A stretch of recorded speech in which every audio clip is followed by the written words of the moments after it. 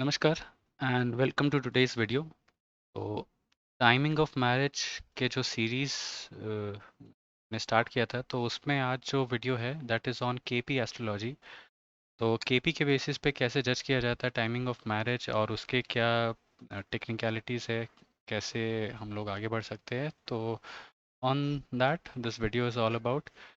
इसके पहले जो हम लोगों ने दो वीडियोस कवर किया था, तो वो भी यहाँ पे एप्लीकेबल है। उसके जो कंसेप्ट है, ऐसे नहीं कि वो कंसेप्ट हम लोगों ने पीछे छोड़ दिया और वो कंसेप्ट अब एब्सोल्यूट हो चुके हैं, ऑब्सलीट हो गए हैं। उसको अब हम लोग कंसिडर नहीं करेंगे, दैट इज स्टिल एप्लीकेबल। लेकिन उसके साथ ही साथ ये जो सारा हम लोग आज डिस्कस करेंगे, even that is applicable for determining कि हाँ यहाँ पे शादी हो सकती है कि नहीं। So without any further delay let's get started.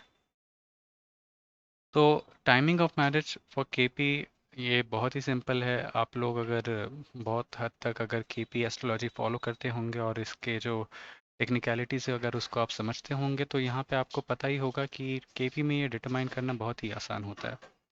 KP में बस आपको ये देखना होता है कि कॉम्बिनेशन में 2 7 एंड 11 है कि नहीं है। तो अगर 2 7 एंड 11 आपको अगर कॉम्बिनेशन में मिल जाता है, then it becomes very easy to determine. तो सबसे पहले जहाँ से आपको स्टार्ट करना है which is seventh cuspal sublord.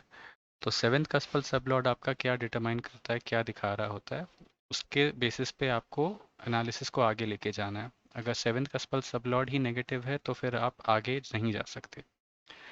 उसके बाद फिर ये देखना होगा कि कौन सा प्लैनेट सबसे ज़्यादा फेवरेबल है, सबसे ज़्यादा पॉजिटिव है शादी को लेकर के।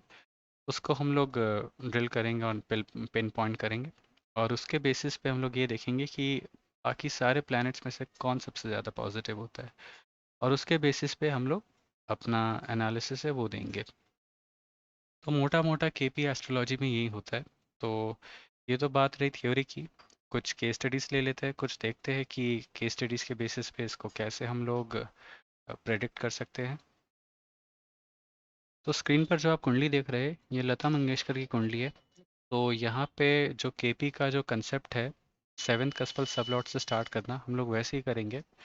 इनकी कुंडली का एनालिसिस मैंने पहले भी किया था, तो आप वो मेरे प्लेलिस्ट पे देख सकते हैं। मैं आई बटन पे भी उसका लिंक दे दूंगा। तो यहाँ पे जब आप देखते हैं कि जो सेवेंथ कस्पल सबलॉर्ड है वो यहाँ पे वीनस आ रहा है, तो सबसे पहले आपको वीनस के कोऑर्डिनेट्स देखने होंगे और समझना होगा कि वीनस शादी के लिए फेवरेबल है कि नहीं।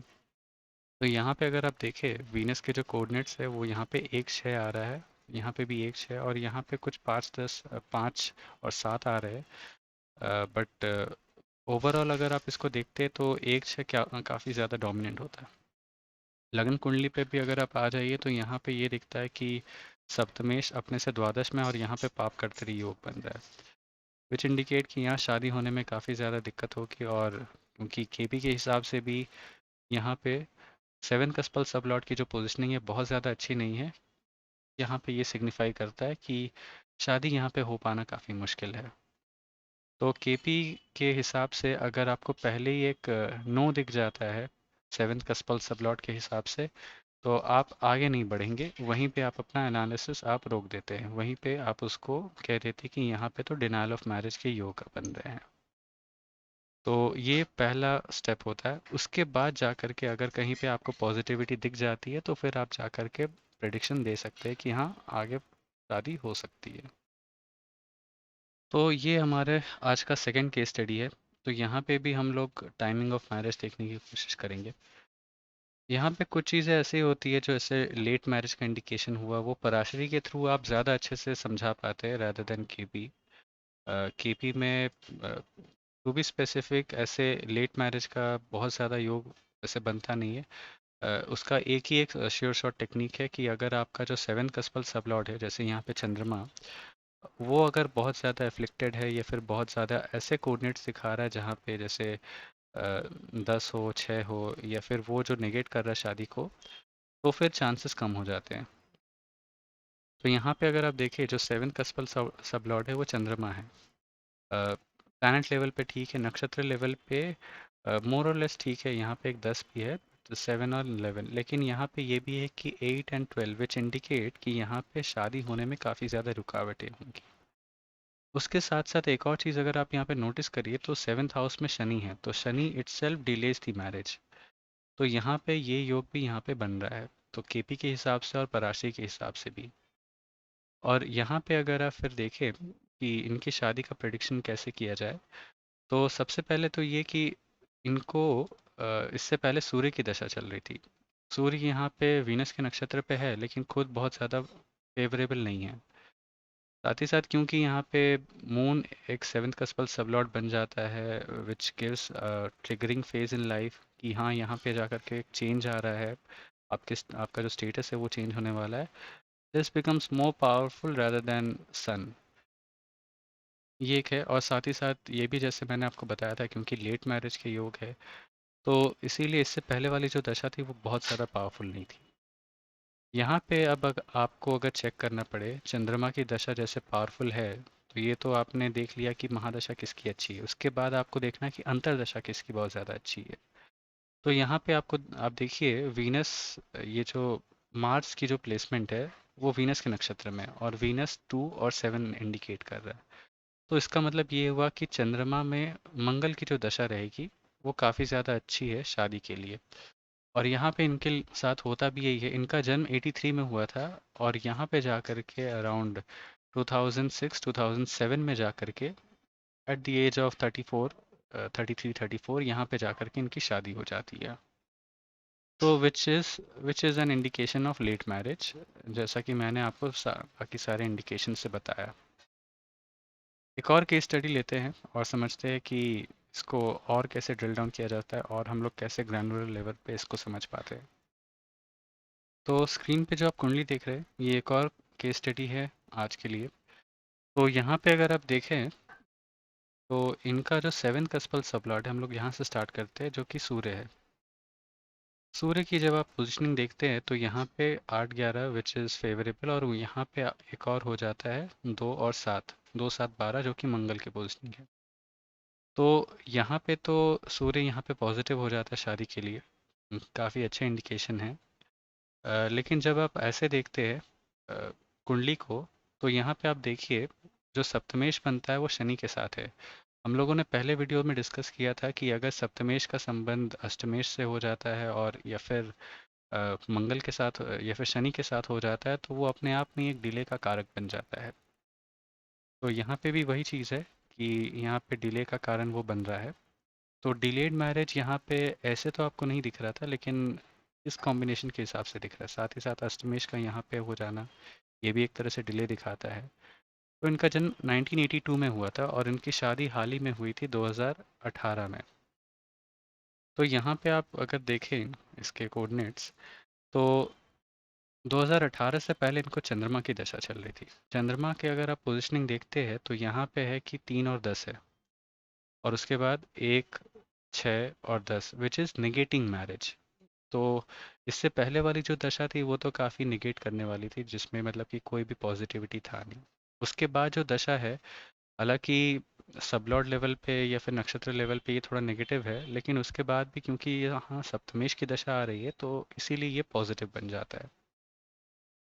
और बिकॉज 7 कस्पल सबलॉर्ड भी सिग्निफाई कर रहा है कि हाँ शादी होगी, तो इसीलिए। तो यहाँ पे देखिए जैसे इनको मंगल की महादशा लगती है, मंगल की महादशा लगते ही विद इन फ्यू मंथ्स इनकी शादी हो जाती है। तो 2019 में जाकर के इनकी शादी होती है। ही वॉज 1982 बॉर्न, और काफ़ी लेट इनकी मैरिज हुई, at around 36, at age of 36 जाकर के इनकी शादी होती है। तो ये एक और बहुत अच्छा एग्जाम्पल है जहाँ पे आप समझ सकते हैं कि कैसे कोऑर्डिनेट्स आपको हेल्प करता है ये समझने के लिए कि शादी कब होगी।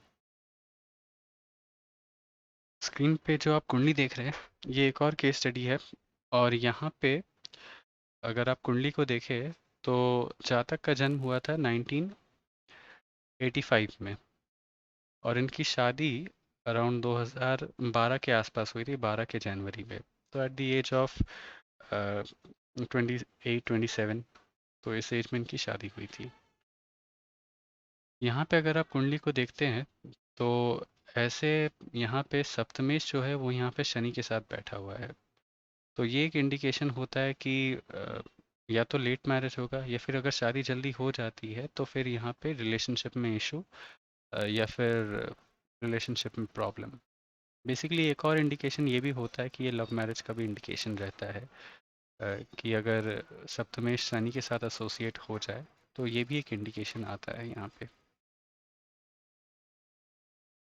साथ ही साथ एक और यहाँ पे योग बनता है कि अष्टमेश का यहाँ पे, तो शादी तो करवा देना लेकिन वहाँ पे फिर उसको थोड़े बहुत उसमें इश्यूज देने के भी यहाँ पे योग बन जाते हैं। ये चंद्रमा उच्च का है भले ही, लेकिन फिर भी ये थोड़ा डिले कराने में प्रॉब्लम तो दे ही रहा है।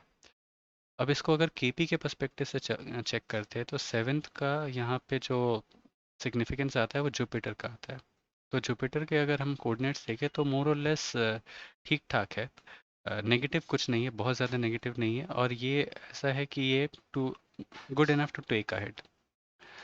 यहाँ पे अगर आप लास्ट वीडियो को रेफ़र करें तो लास्ट वीडियो में मैंने आपको एक रेफरेंस दिया था जिसमें मैंने आपको ये बताया था कि राहु में शनि या शनि में राहु एक ऐसा फेज होता है where you come across someone with whom you have a very high karmic backlog।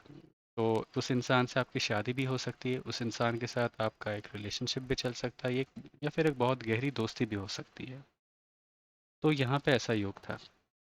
तो यहाँ पे आप देखें तो राहु में शनि का जो फेस था, यहाँ पे इनकी शादी होती है 2012 में।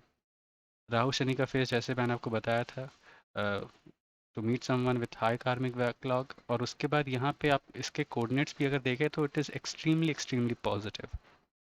तो यहाँ पे तो ये इंडिकेट कर रहा है कि हाँ, to come across someone and also to help that convert into a marriage, तो यहाँ इसके लिए भी फेवरेबल है। लेकिन अगर आप पूरे कुंडली को अगर ऐसे नज़र उठा करके देखें बाकी सारे कोऑर्डिनेट्स, तो आपको दिखेगा कि बहुत जगह 10 है, बहुत जगह 6-10 है। तो ये ऐसा इंडिकेट करता है कि ये आप इंसान के पर्सनल लाइफ के लिए तो बहुत अच्छा नहीं है, लेकिन प्रोफेशनल लाइफ के लिए तो बहुत ही ज़्यादा अच्छा है। प्रोफेशनली ये इंसान काफ़ी ज़्यादा राइज करने वाला, काफ़ी ज़्यादा पैसे कमाने वाला है, लेकिन पर्सनल लेवल पे शायद कुछ ही प्लैनेट्स ऐसे हैं विच इज़ पॉजिटिव। सो ये एक ऐसा इंडिकेशन आ रहा है आपको इस कुंडली में कि यहाँ पे शादी के तो योग बन गए, लेकिन उसके बाद अगर आप टाइम देखें तो शादी मेंटेन करने वाला जो फेज है वो बहुत ज़्यादा अच्छा नहीं है। कुछ दिनों पहले मेरे पास एक और कुंडली आई थी और उस पे मुझे ये एनालिसिस करना था कि यहाँ पे इनकी शादी कब होगी। तो इन्होंने अपना सारा डिटेल भेजा। जातक का जो जन्म हुआ था वो 94 में हुआ था, तो आप समझ लीजिए उस हिसाब से ये 26-27 साल का होगा। और ये पूछ रहे थे कि इनकी शादी कब होगी। तो उसके हिसाब से जब मैंने इनकी कुंडली देखी तो यहाँ पे केपी के हिसाब से अगर आप प्रोसीड करते हैं तो यहाँ पे सबसे पहले सेवन्थ कस्पल सब लॉर्ड जो कि मरकरी बनता है। मरकरी की यहाँ पे जो पोजीशनिंग है वो काफ़ी अच्छी है, वो ठीक ठाक है। यहाँ पे कोऑर्डिनेट्स इसमें कोई प्रॉब्लम नहीं है। सब में भी सूर्य का है 1 to 12 विच इज़ ओके। इसके बाद जब आप फेवरेबल दशा देखते हैं तो करेंटली इनको केतु की दशा चल रही थी, और केतु में यहाँ पे अगर आप देखें तो यहाँ पे 6 और 10 ज़्यादा है, ज़्यादा प्रोमिनेंट है, साथ में 8 भी है, जिसके कारण से इसको ज़्यादा पुश नहीं किया जा सकता। इसका एक और कारण ये भी है कि केतु का जब आप कारकत्व देखते हैं तो केतु यहाँ पे डिटैचमेंट सिग्निफाई करता है रादर दैन ये कि एक नया रिलेशनशिप शुरू हो जाए। तो यहाँ पे आपको जो पुराने कंसेप्ट है उसको मिलाना होगा केपी के साथ। साथ ही साथ एक और चीज़ अगर आप नोटिस कीजिए कि केतु यहाँ पे 9th हाउस में बैठा है। 9th हाउस 10th हाउस से 12 होता है विच इज़ जॉब चेंज का होता है या टर्मिनेशन का होता है। तो मैंने यहाँ पे बोला था इनको कि अभी तो देखिए आपका जॉब चेंज का योग चल रहा है, अभी तो लग रहा है कि आप जॉब चेंज करने वाले। तो इन्होंने मुझे बताया कि ये जॉब चेंज के लिए प्रिपेयर कर रहे हैं और इंटरव्यूज़ देना इन्होंने शुरू किया है, और उसके बाद जॉब चेंज के बाद ही फिर कुछ देखेंगे। तो ये फिर यहाँ पे श्योर हुआ। और यहाँ पे अगर आप देखें तो वीनस यहाँ फिर काफ़ी पॉजिटिव है। अगर वीनस में कोऑर्डिनेट्स हो ना हो, इर्रेस्पेक्टिव ऑफ दैट, वीनस यहाँ पे पॉजिटिव हो जाता है। तो फिर यहाँ पे मैंने इनको बोला कि केतु में तो अभी आपका सिर्फ जॉब चेंज ही होगा। जॉब चेंज जैसे होता है फिर उसके बाद जा कर के 2022 में यहाँ पे जा कर के फिर आपके लिए शादी है, लेकिन उससे पहले नहीं। तो यहाँ पे फिर ये एक बहुत अच्छा केस स्टडी था मेरे लिए भी कि कैसे मैंने केपी को और खास करके जो पराशरी के कंसेप्ट है दोनों को कंबाइन करके एक प्रेडिक्शन दिया, और यहाँ पे ये बताया कि हाँ, इस समय आपकी शादी होने वाली है। इसको और ग्लैमरल लेवल पे भी मैंने देखा था, लेकिन वो अभी मैं यहाँ पे डिस्कस नहीं कर रहा क्योंकि फिर वीडियो काफ़ी लंबा हो जाएगा। लेकिन अगर आपको ऊपर से इसको समझना है तो ये सारे चीज़ें मैंने अप्लाई किया था। तो आज की वीडियो में इतना ही। ये 3 वीडियो, जो इससे पहले 2 वीडियो थे और आज का वीडियो, ये आपको समझने में काफ़ी ज़्यादा हेल्प करेगा कि कैसे इसको डिटरमाइन किया जाता है कि शादी कब होगी, किस टाइम पे होगी और कब शादी का योग बन रहा है। तो ये सारा सब कुछ अगर आप अच्छे से समझ जाते हैं तो predicting timing of marriage will be extremely easy for you. इसके साथ साथ ये भी ज़रूरी है कि आप अपने हिसाब से कुछ केस स्टडीज़ ले, अपने हिसाब से कुछ चार्ट्स को गो थ्रू करके समझे कि उनकी शादी कब हुई थी, और खुद जब आप एनालिसिस करेंगे, खुद प्रैक्टिस करेंगे, तब आपका दिमाग ज़्यादा खुलेगा और ज़्यादा आपको अच्छे से समझ में आएगा कि कैसे प्रेडिक्शन दी जाती है। सो that's it from my side. मैं एक और वीडियो इस पे पब्लिश करूँगा जिस पे जो कंसेप्ट्स होगा that will be more oriented towards Nadi astrology. इसके बाद जेमिनी का भी एक रह जाता है which I might take some time later. कभी मैं इसके ऊपर और भी डिटेल में चर्चा करूँगा। बट हैविंग सेड दिस, अगर आप ये 4 वीडियोस पे जो कंसेप्ट्स डिस्कस किए गए उसको ही अगर आप अच्छे से समझ लेते हैं, then you will be in a very good position to tell कि हाँ किसकी शादी कब होगी। So that's it from my side for this video. See you in the next video. Take care. Bye.